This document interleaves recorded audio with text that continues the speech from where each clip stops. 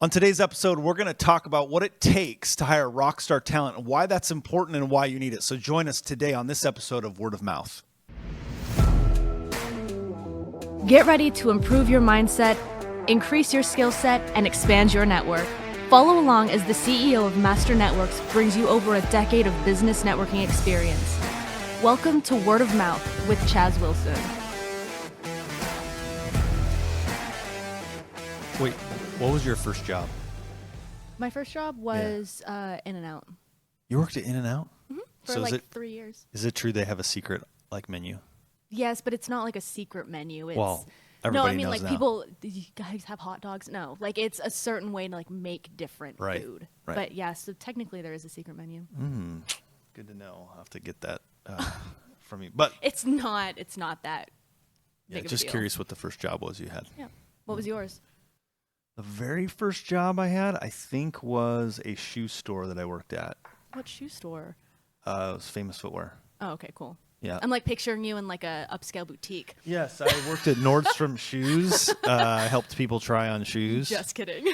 No, I have all kinds of funny stories actually working at that shoe store. But Well, now that you brought it up, you have to tell one before we start. no, some of them are inappropriate. But Dang it! a good one. Now you have to tell it. No, I mean well, there's also stories of where, unfortunately, people would send their little kids in, have their kids get new shoes. They'd try them on, and then put the old ones in the box and try to run out. That happened all the time. But this is actually 100%. Not that the other one wasn't, but this is actually true. Okay, honesty hour. My manager, the first manager I really ever had in my life at that shoe store, I could not stand her. Why? She was a very mean, curmudgeon-y kind of person. And her name was Jackie. And my wife's name is Jacqueline, and I cannot call her Jackie because of that. And I told her that when we were dating. I'm like, I can't call you Jackie, and here's why. And I just flat out told her right up front. She's like, yeah, my friends call me Jackie. I'm like, yeah. I've been traumatized. I can't do it. Can't do it. Flashbacks. Forever can't do it. So anyway, that start with curious where you started. So where you first had your first job, because we're going to talk about hiring today. Yes. And adding to your team. So I know you want to hit me with the first question. Yes. Okay. So Katie and I, when we were talking about this episode, she had asked me this question. It was more like just an overarching question. It wasn't specifically for me, but she asked, "Could a 20-year-old you work for you now?" Well, and I was like, I have to ask Chaz this on the podcast. I don't know that I could work for me, but a 20-year-old me, I think, was very employable, because. At that age, I mean, hard work. I was disciplined. I would get up early, do whatever I need to do to get the job done. Kind of always been that way. But so I had the right attitude. That's why I've never been I've never worried about that kind of thing, because I just know I have a kind of get it done, whatever it takes attitude, and I could learn a skill, and I kind of hire that way too. So yes, I think I would hire me. I think I would. That's good. Yes. I'd be kind of concerned if you said no. Right. Well, speaking of hiring, that's a good segue to our guest today, because Perfect. This is someone that I have hired, but she's going to share a lot about what she learned, and maybe we'll get some inside stories of us working together. I hope so. But she teaches people how to add to their team and how to hire, and it's one of the most requested topics we get. So I want to introduce our guest today in just a second. I'm excited today because we have Sara Bunge with us. Thank you, Sara, in studio from Minnesota. No, I'm so excited to have you here. And I can't even believe it's great to be back. It's like coming home again. I love having a home in Texas and a home in Minnesota. So thanks for having me. Yeah. So for those who are just tuning into our show who do not know you, let's just talk about how we met the first time and how that, the relationship over time, et cetera, bring people up to speed. I can still visualize it. It was a Master Networks chapter meeting in May of 2011. Yeah, so very early on. Yes, very early on. And this guy walked in with red hair and a big old boot on his foot because he'd torn his Achilles. My gosh, that's right. You still had your boot on. That's the first time I met you. Great first impression. And I ruptured my Achilles the day we launched the week we launched Master Networks. Yeah. Yep. So he was still in recovery and loved the meeting. I joined almost right away. And someone helped connect us because I have an education and training and development That's right. background. Yep. And so he's like, get your resume together, get it to Chaz. And I still remember that first conversation in our little office in Minnesota. Oh my gosh. And like your vision, I just was so excited because I could see all the things you wanted to do and how I could be there to support that and bring my expertise and knowledge and take your the members you were going to gain and how much we could help them through the education and training we could bring. So. I remember that meeting well. I'm going to share what I remember from it. So she brings a resume, super qualified. And I remember looking at this resume going, I can't afford her. There's no way I can afford. That's a huge compliment. Well, yeah, I was like, there's like, I can't afford her. I don't know what. First of all, I wasn't even getting paid. Like, so. Yeah.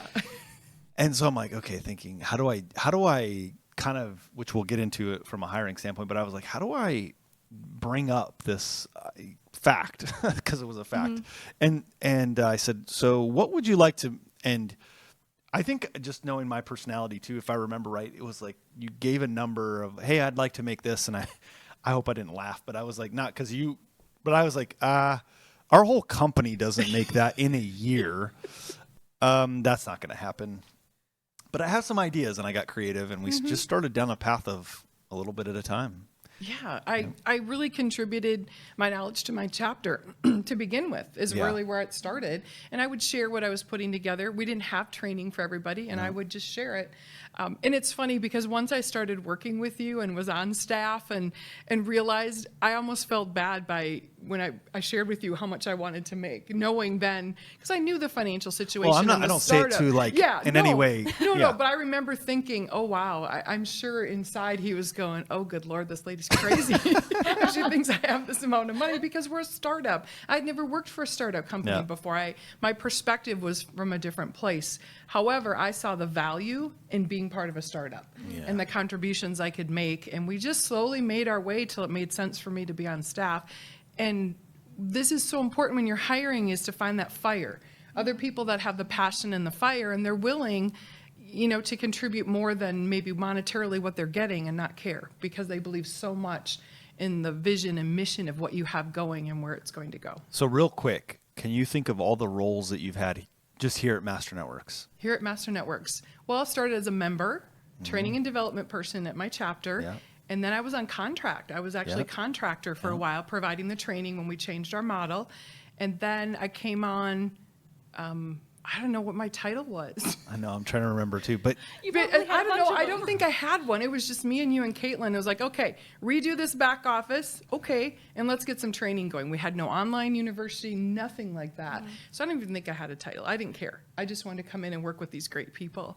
And then I started doing some customer service because when you're in a small office, whatever it takes. If the phone rang and you were free, you answered the phone and you helped people. And then director of education. And I was your executive assistant at the same time as well for part of the time. Yeah, so, and now a regional partner. And now, and on our national leadership team. How can I forget that? Yeah, regional partner, that was not something I anticipated, but boy, and again, it just shows, and this is kind of jumping ahead, but once you find the people that you want, you know who you need, you get them in, you constantly have to push them and challenge them. Yeah. And that's something that you did and that Corey did for me. I never, ever would have imagined I would be ready to be a regional partner. But through all the people I got to work with here and challenging and helping people grow, and you having the wisdom and the patience to step back and go, wow, this is a person who's an asset to us at headquarters.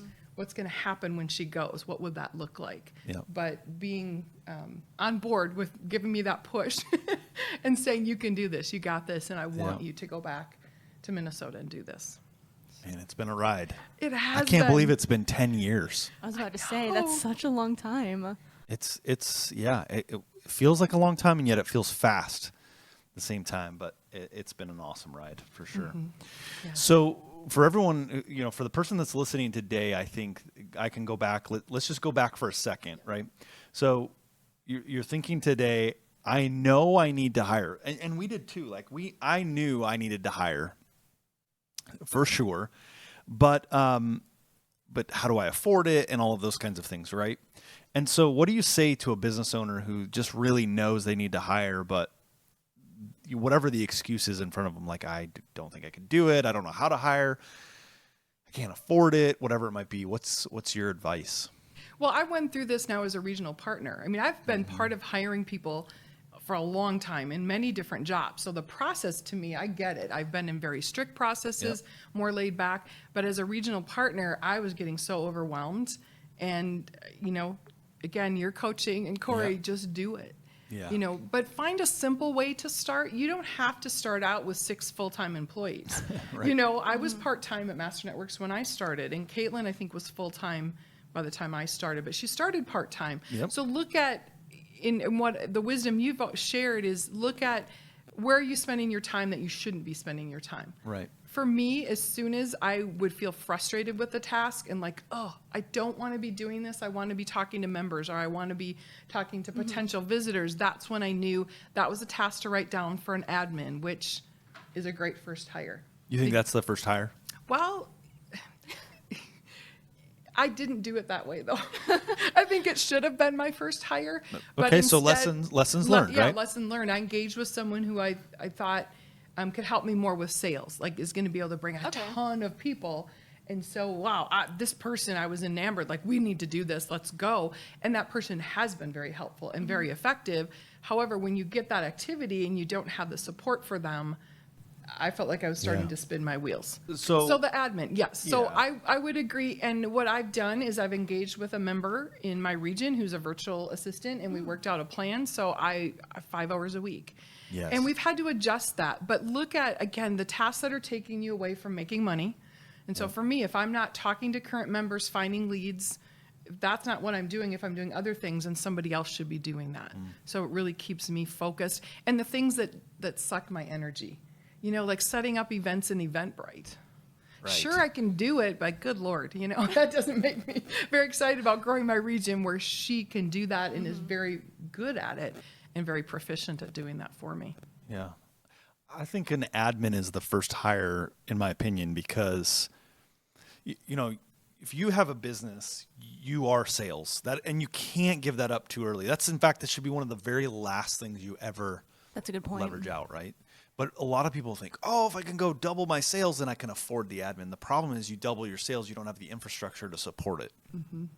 And now your new job is you're now the admin and they're doing the sales, and that financially will never work. Right. And so I highly encourage you. There's lots of ways to do it too. I mean, you can get, like you said, you can get a part-time, you can get a virtual assistant. We have team members in the U.S. and we have them overseas who work for us, because it's economical and it makes sense, and they do a great job. So it can be accomplished. And I think the other barrier, and I know people personally who have a hard time, I can't give anything up. Right. No one can do this as well as I can. I can't trust them. And I really have learned that you're being selfish in a way. Yeah. You can create a job for someone, even if it's part-time. You don't know what that could do for that person to bring them on. And guess what? They might do it better than you. They probably will. They probably, No, I mean, they probably will. Yeah. Because not only that, because they have the focused time to do it. Yeah, that is their job. That's what they're. Yeah. And you can it's still your company. You set the standards, the expectations. That you was what I train was going them. to say too. Yeah, Yeah. you can bring somebody on and show them how to do it, and then if they flourish and thrive, and tweak it from there. That's right. Yeah. That's why it's always I do it first, we do it together, and then they do it, and it's their job. And I think people get the stumbling block of interviewing. There's processes to do that. There's forms, there's questions, so you stay legal. Let's talk about interviewing. Okay. Because I think it's one of the biggest things that an entrepreneur gets hung up on. I don't know. What do I ask? How do I evolve the interview process? You and I went through some interviews together. Yeah. And I'm just sitting here realizing, how long were you my executive assistant? 2 years? It was almost 2 years. Almost 2 years? Yeah. And now Elizabeth's executive assistant. So I got both of them sitting here like, shh, don't tell. The secrets could come out. Oh my gosh. we've got some stories. And spill some tea. But it's been almost 2 years? Yeah, year and a half. Yeah, amazing, right? So both of you have been through interviewing, as we've interviewed people for the team. But walk us through, like, in your mind, what's the simplest thing to keep in mind when you're interviewing and a process to do that?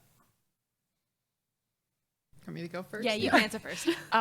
Don't always go with your gut feeling. Have something besides your gut. Yes. Because what will happen, there's other people like you, you're going to feel like, wow, we really connected. Felt a great connection, like we'd really get along, but you forgot to see if they even have the skills to do the job.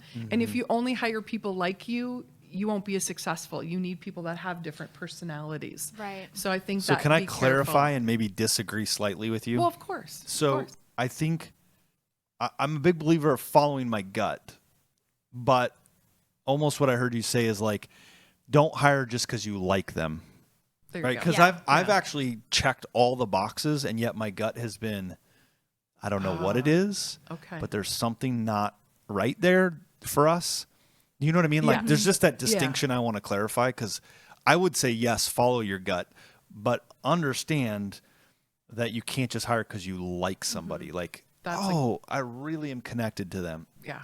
I mean, and That something doesn't- that helps with that, though, is having either a second person in the interview with you 100%. or having a second interview with a separate person when you bring them back. Because then you have multiple points of view, some different opinions maybe, and then you can Yep. talk through all those maybe poor gut feelings Oh, or yeah. Well, and if you're a solopreneur, that's great for your Master Networks chapter. Find somebody in your chapter and say, hey, can I give you $50? Could you just help me out? I've got somebody, could you interview them with me or for me as a second time and give me your opinion on them as well? Like, so much value in having another person and their perspective. We've done that with some of the team members here. We've interviewed and then debriefed and say, what did you think? And it's amazing how they heard different things or picked up on different things than I did. And or it's so there's valuable. sometimes you're on the exact same page and you're like, Right. okay, this is a good feeling. Well, to that point, we got producer Katie in here. We were just talking about this before in another episode too, that like we the gut thing and all the boxes checked like really good. We're like, okay, this is going to be a good hire. But then we kind of questioned ourselves like, okay, we've done this a lot. There should be a red flag, and we can't find one thing to consider that we should discuss, right? Like, Yeah. so, but having somebody to bounce that off of was helpful in Yeah. that discussion. Yeah. And I know you've talked, I've never done this, Chaz, though. You've talked about having group interviews. Like you Yes. have 4 or 5 interviewees come in at the same time. I've never done one of those either. Yeah. So I I think absolutely that. love group interviews. Yeah, so Tell what's us your a favorite? little bit Yeah, about that. Well, the thing I like about group interviews, and I don't tell people it's a group interview either.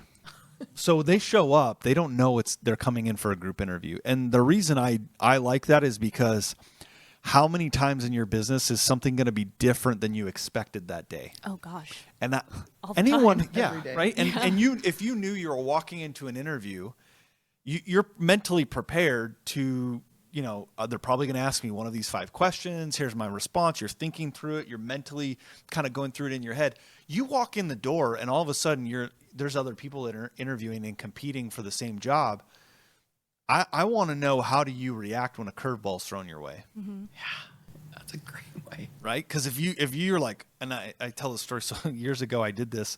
Well, I've done it a lot, but one of the times I did it, was for a front desk person in a real estate office, and I sat out in the lobby as they came in, and one of the other administrative assistants would take their information, give them an assessment to fill out, and a few other things, and they started to come in kind of all one another, and I think it was 7 or 8 in the lobby, and the one girl, she's like tapping her foot. You can just tell she's so irritated, and she's like filling it out, and she's looking across.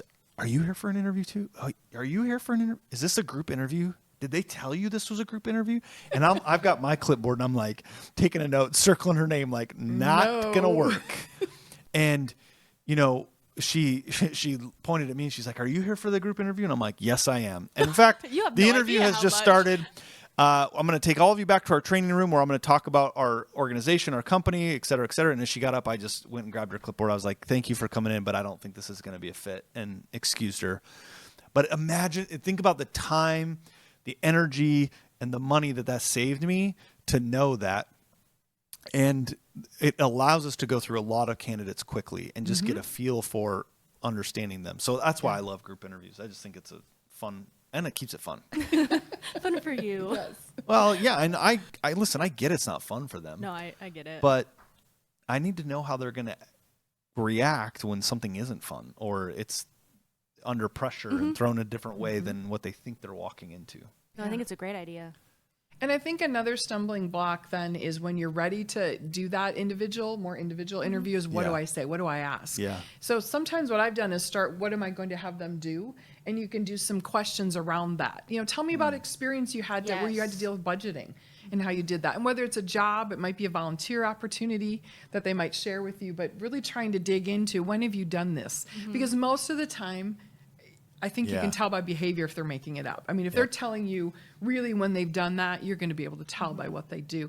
And my favorite thing that we did when we first hired a social media person, we made them come in, bring their laptop, plan on 2 hours, and we gave them something they had to do. Yes. We gave them a flash drive with some assets and a few things and said, write a blog post, create probably a Facebook post, or we had several things they had to do, so we could literally see the quality of their work and under a little bit of pressure. So have them perform with not a ton of instruction either. We need to see if they were resourceful. Yeah. Sales, ask them to sell you something. Yep. You We've know, done and that now, too. and that you may want to have them prep for that, but I think find out, really get to their skill, because the personality, there's some questions you can get a feel for that through an interview. Although, some people can hide that pretty well at times, but really getting down to, how do I know if they can really do this? Because you can put anything you want, but if you have them do a skill, perform something for you. So I look at it slightly different in the sense that when we had the social media person, this is why I would highly recommend you have them do some, don't just ask them questions. That's why I like the group interview. That's why I like to have them do something in the interview, because yes, it does two things. It demonstrates they know how to do the skill, like go create a social media post. But most importantly, I want to see what their attitude is like when given the assignment with a little pressure, with not a lot of instruction, et cetera, et cetera. I need to see the attitude, because the interesting thing is, and we're writing about this in one of our books, which you've helped with, is it's the attitude and the skill set, right? The attitude is really who you are. The skill is what you do. And here's the interesting thing, and this is what I want everyone to think about. When you're hiring, what is everyone walking in to demonstrate? Their skill, right? Here's my resume. It's a sheet of paper that shows you all the skills I have. What are the questions I'm asking? It's about the skills. Can I perform the job? But if you ask employers, 95% or higher, we actually did a soft, non-scientific poll. Guess what they all say they hire to? Attitude or skill? What do you think? Attitude. Attitude, right? They want to know, does the person have a good attitude? Do they work in a good environment? And yet the whole interview's around skill. Skill-based, right. So that's why, yes, I want to know they can do the skill, but we watch how do they handle it, right? We did one with sales, and we had somebody come in, and he just struggled with the whole process. The whole process. And his attitude is what struggled, not the skill sets. I mean, it wasn't good, but he just when we gave critical feedback in the process, he was like, oh, shoot, yeah, I didn't do that. Remember? I do remember. And I was going to say we could take having some sort of assignment they complete a step further and see how they react to feedback. Yes. Not necessarily like a criticism, but how do they take feedback? Because I think that's important too. Totally. I hadn't thought about that. I love that. And then at the end of the day, too, just know when you're hiring, you're going to make mistakes, and it's okay. You're going to hire the wrong person. You're going to be wrong either way. And that's why I take a little bit of that pressure off myself to say, I've heard people talk about as business owners are selfish. One of the most unselfish things you can do is hire somebody. Because now I am giving part of the task and the job to someone else, and I'm now taking funds that the company has developed and brought in and giving them to somebody else.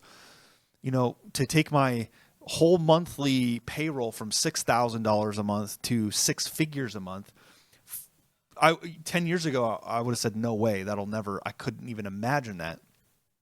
But now I get to that place where I'm like, okay, I need to help people develop and go for the next hire. And it's like a race to that whole process. Who can I hire next? Who can I hire next? Who can I hire next?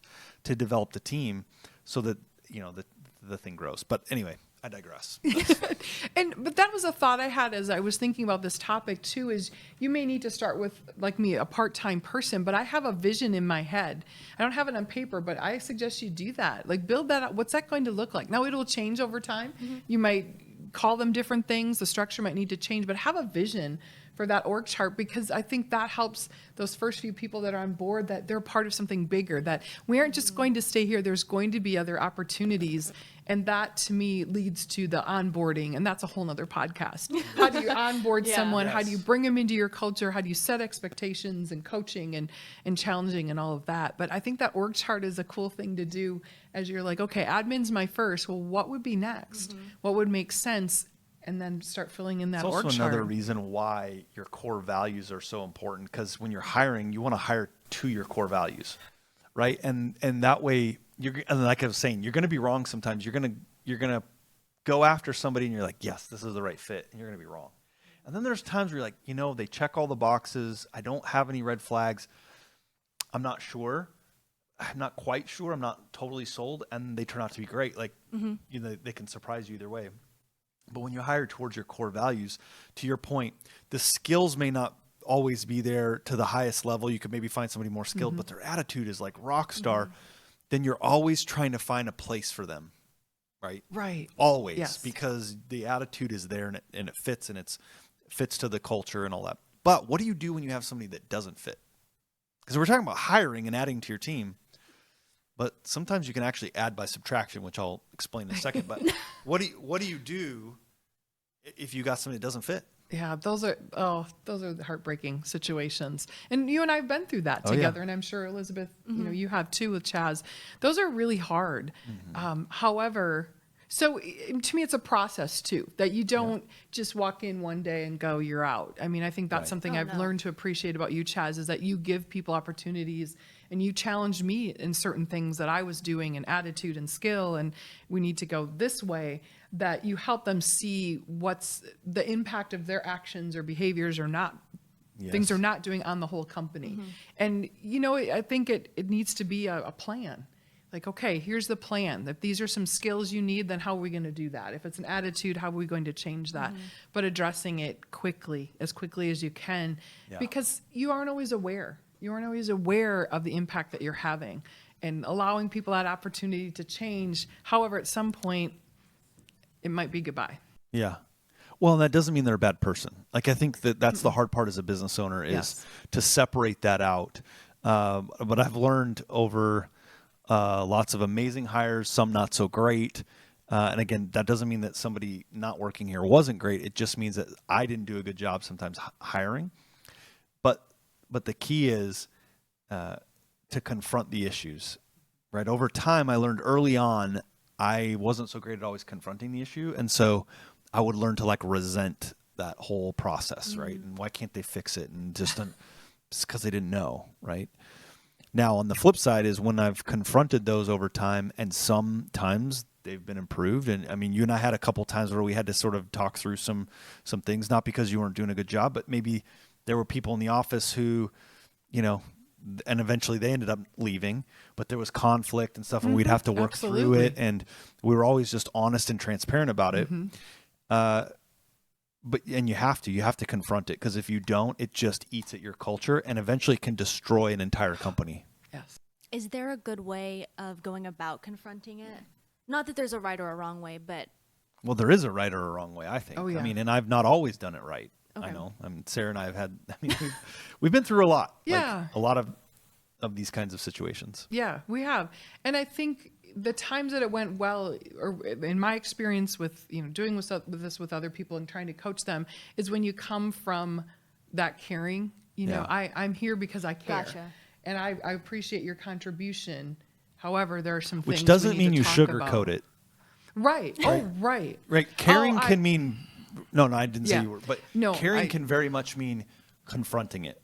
Yeah. Here's an issue. And I don't like that whole, you have to sandwich it. Like, give somebody a compliment, tell them what they're doing wrong, and then another compliment. That just waters it down. But coming from, I care about you, I care about this company, but they need to know directly what's happening and what needs to change, because they can't be successful. I mean, if you aren't direct with them. And I think the most important thing about those meetings is making sure that, like when you said, is there a good or bad way? Yeah. Is when you talk about it, but there's no action plan. There's no agreement on what are the new expectations or what do I need to do differently to be successful here. I think that needs to be part of it too. And again, that's where the core values come in. Are they living to the core values that that are valued. I think there's a wrong way to do it. There's been times I've done it the wrong way. And again, mostly that's because I have let it go too long. Oh, okay. Right? I see. Yeah. And so when we have to have the confrontation, I'm trying to think if I say never, if this is accurate. I can't think of a time where I've walked in cold on somebody and said, you're out. Like, in almost any case, there's been some discussion of improvement, some discussion of, in fact, probably to my detriment, in most cases, I've let them stay too long, right? Mm-hmm. But the right way to handle it usually is to confront the issue. And I try to help them self-discover the issue. That's not easy, but to me, that's the best approach. Like, help me understand this, or help me understand that, or, it was brought to my attention this. Can you explain that a little bit? Than to just go, hey, this is an issue, this is an issue. They might go, well, I don't even understand why that's an issue. That also puts them on the defensive immediately, so that conversation's not going to go well. Right. It's almost similar to how with our chapter meetings. If someone misses a meeting, we don't just call and say goodbye. It's how are you doing? What's going on? Share with me. Yeah. So I think that's just ingrained in the like you said, the culture piece of it. And I think being able to go back to the culture and the agreements that we set up when we decided to work together. When you came on board, here were our agreements. Help me understand what's not working anymore for you and us, and how we can. And I've had those resolve questions that. before too. Is this still working for you? Like, are you happy here? I remember somebody early on in Master Networks who was with us, and I sat down. It was the very first question I asked. I said, "Are you still happy here?" And she wasn't. And it wasn't even so much the work. It was just all of the things going on in her life and the environment we were in. She just wasn't happy at all. And in fact, I had somebody who. I also had another person who wasn't happy, and we tried to help her stay, right? And that was a mistake because she was kind of an unhappy attitude all the time. Mm-hmm. I mean, it just was. Right. You remember? I know you remember. She walked out of a meeting, and we were all baffled. We're like, what happened what here? just happened? We had just come off at an event, and we were kind of debriefing, and we were talking about amazing things and where the company's going and how exciting it was. And she just literally got up and walked and said, basically, I quit. And everyone was just like, what just happened? And she just said, she just literally said, I don't like all the positive stuff all the time. I can't listen to it.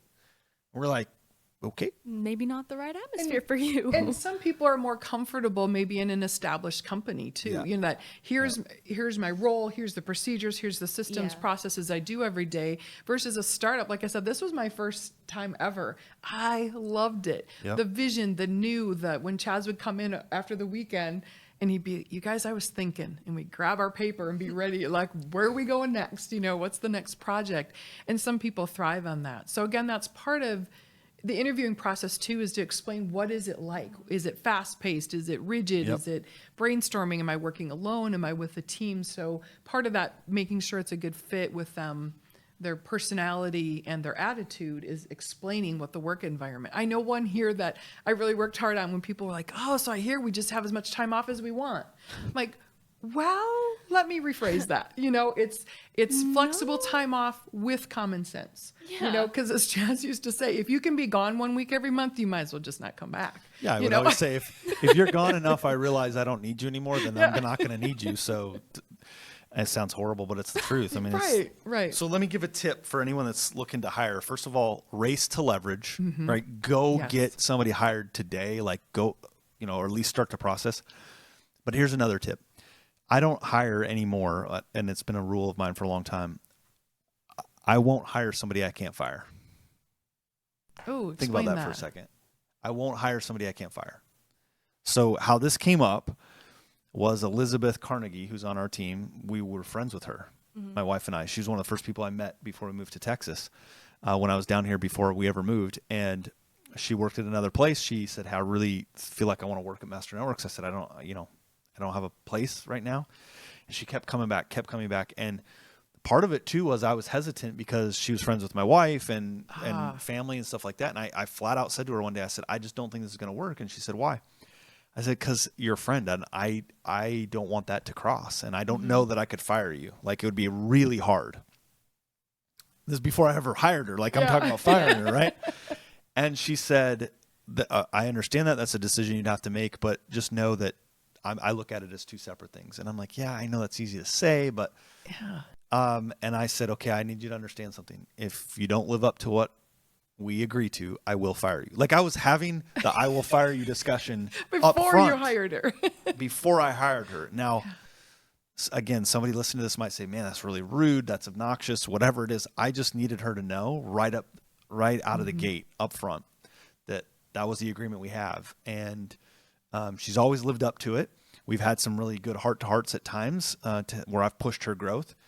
But I have another person right now that we're close with who's pressed me, and maybe will watch this, and has pressed me. And I flat out told her, I said, I cannot hire you.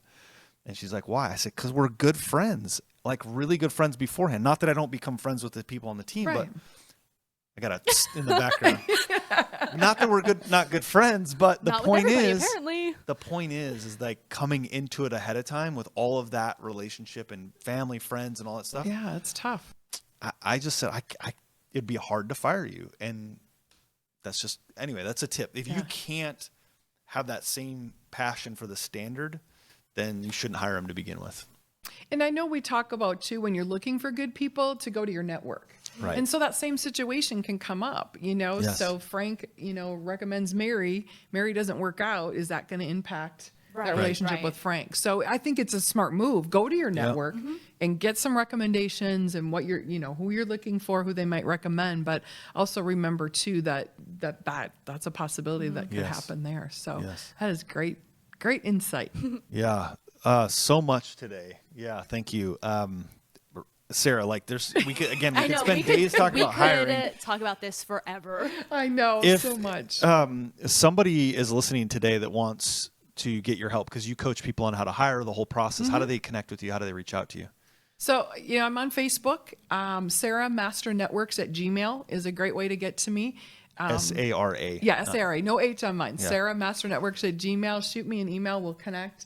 And I'm working right now with someone who hired an executive assistant. It's really fun to be, you know, it's almost like you coach the executive assistant and the entrepreneur. Correct. You know, that they're involved in this process together to make sure that we're all on the same page. So it's really fun, and to watch people, and I'm learning too. I'm like, oh, that's a great thing you implemented. I'll remember that, you know, so it's good. great. And I love now watching businesses grow, because I've seen through Master Networks the impact it can have when you start out.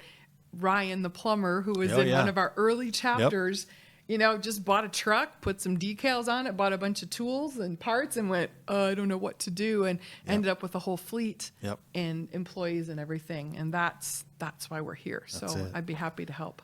Thank you, Sarah. Thanks for being our guest today. Thank you. This was great.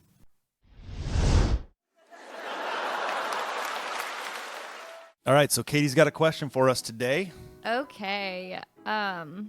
Today, my question is, how long does it take you to form an opinion about someone? Whether it's interviewing Like a person? or a person in general. Like, when you meet someone, how long does it take you to form an opinion? I try to stay pretty neutral for a while. I feel like I don't jump straight to an opinion about somebody.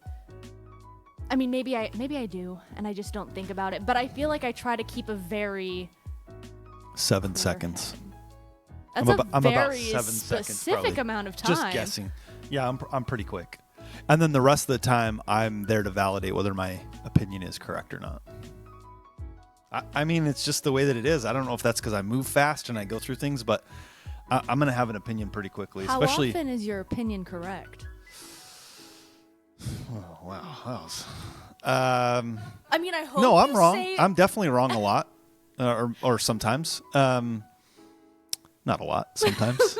No, I'm pretty accurate, but there's times I'm wrong. There's times. Like I'll give you a good example. There's times people come in, and I'm like, man, totally arrogant. Like this isn't gonna work. Too much ego. And then as I dig, I realize, well, maybe they've been through a lot, and they feel like because maybe they're with me, they feel like they have to overdo it. And when I can break that down and go, okay, that's really what we're working with here. So sometimes I can be wrong like that. Like just as an example, Yeah. I can think of somebody that my first initial impression pretty quickly, I was like, this isn't going to work. Not interested, you know? So But I do make those opinions pretty quick. I think most people do. I don't know. Shoot. Yeah, I mean, I think initial opinions happen quick. Like, it's hard to not form anything. Yeah, I mean, like, I guess, like, if somebody walked in the room, I would be like, okay, like, I like those shoes. Oh, Seems so nice. you're all about vanity. Not like, no, that's not what I mean. It's all very surface level because I haven't gotten to know them yet. No, so I of don't course. want to like have any preconceived notions about a person when they come in. I would like to form that opinion over time. I get it. That's why I say then the rest of the time I'm there to just validate yeah. whether my opinion's correct or not. So good episode though. Sarah brought some power today. So happy to see her again. Yeah, it was good to have her in studio, but really good tips. And I would just encourage you listening today to go after and get higher, expand your team, right? If you don't have somebody working for you, you actually do not have a business. You're kidding yourself that you have a business, but you do not. You have a job, you created it, you work for a nutcase, it's you, and you don't have a business. Until you hire somebody that can actually do the things, whether you're there or not, you do not have a business. So the race to leverage, the race to hiring is key. Next week on Word of Mouth. You go to an event, it feels great, everything's working, but you don't really realize what's behind the scenes. What did it take to put on that event? And without going there like we do, building those relationships with the staff, because the person that came in to, between sessions and stuff to clear glasses and papers and wrappers and all that kind of stuff, they're just as important.